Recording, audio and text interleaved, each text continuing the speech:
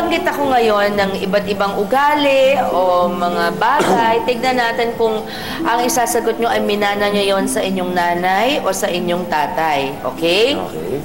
Okay, number 1. Galing sa pakikisama sa tao.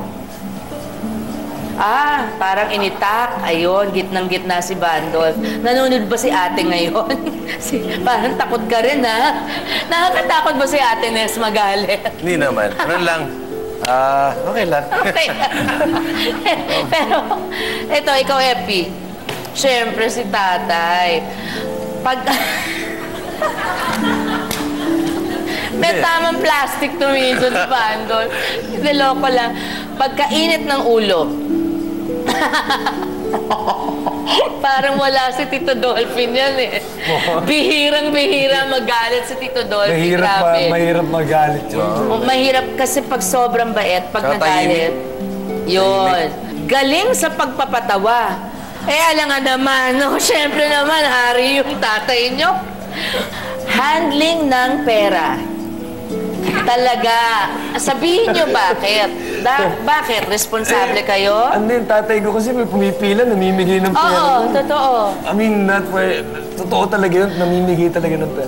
No, ang hirap naman sa ganun kasi sometimes, like your father is too generous, he's always been too kind, na-take advantage minsan ng kabutihan ng isang tao. But I think it's really in, you know, it's his personality na parang malungkot siya pag hindi siya nakakapag-abot sa... Huwag kahit alam niya ng, parang niloko na siya.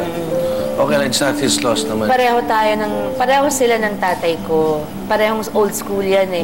Sabi ng tatay ko, ayaw mo na kahit umulit. Akala niya naloko niya ako, hindi niya alam niloko ko siya. Kasi, hindi niya alam, nagpapaloko lang ako sa kanya. So, ako nakakaloko sa kanya ngayon. Sabi ng daddy ko. Hindi ko naman naintindihan. So, naloko ako. Hindi ko naintindihan. Eto naman, sa relationships tulad ng sa nobya at sa asawa, kanino? Kinanay, ikaw. At least honest, okay. Oy, pero in fairness. Pero ngayon kay, ano na? Hindi, pero in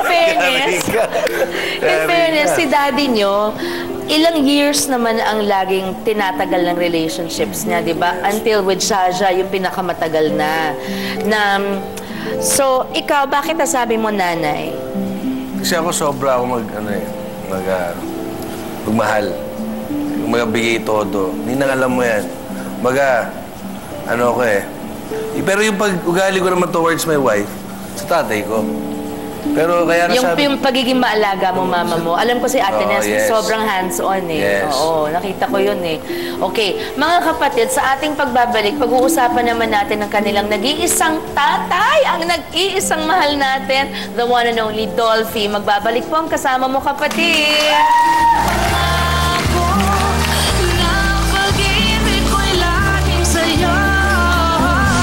Meron lang ako last question lang. Meron ba siyang pagkakamali na sinabi niya sa inyong huwag niyong gagawin sana? Obvious ba?